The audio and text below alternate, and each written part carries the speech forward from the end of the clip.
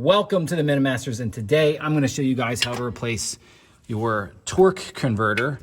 And so we're right here looking at the inside of the bell housing of the transmission. If you are not at this point and you still need to remove your transmission, I have another video you can watch. Just click up here at one of the cards, and that will show you how to remove your transmission and actually get to this point. And then, of course, in that video, they'll show you just pulling the torque converter off, which is just more than you just pull on it and it comes right off.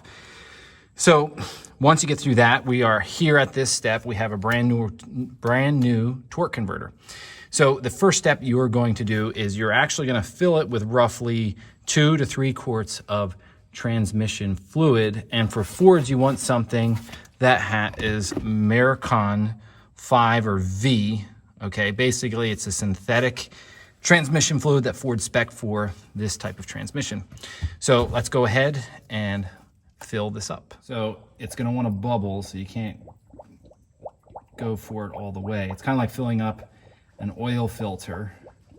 So I'm going to let that kind of bubble down there. And then I'm just going to check. And according to the level here, we're still not down a quart. So let's go again. Here, bubbling down again, once again. And you can actually look down here and you can kind of see where the level is once it settles out. There's just so many chambers in here it has to fill. So I'm going to keep doing this, and when I'm done, I'll bring you back when it comes time to put it on the transmission. So I had the torque converter all filled with 2 to 3 quarts of fluid. Now it's time to put it in. Now, first things first, the torque converter is quite heavy once it has fluid in it. It's already kind of heavy even without. So get yourself ready for that. There are 2 shafts right here, and putting this torque converter on requires you to get it over both sets of shafts here for it to work properly. And so it's affectionately called the double clunk because as it will go on, it will slide further and further on, basically 2 clunks. So we're going to lift this torque converter up, and you're going to get it right over the shaft right there. Okay, so it's already on to 1, and here, like, it looks like it's in, but the dead giveaway that it's not is if you come alongside, you'll notice that these stick out past the bell housing.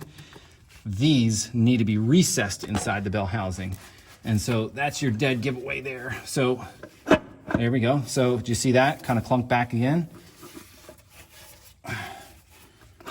There we go. So we're in. See that?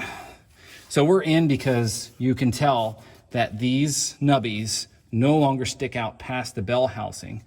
And so there's a perfect place for the flex plate to get into here and actually bolt to these.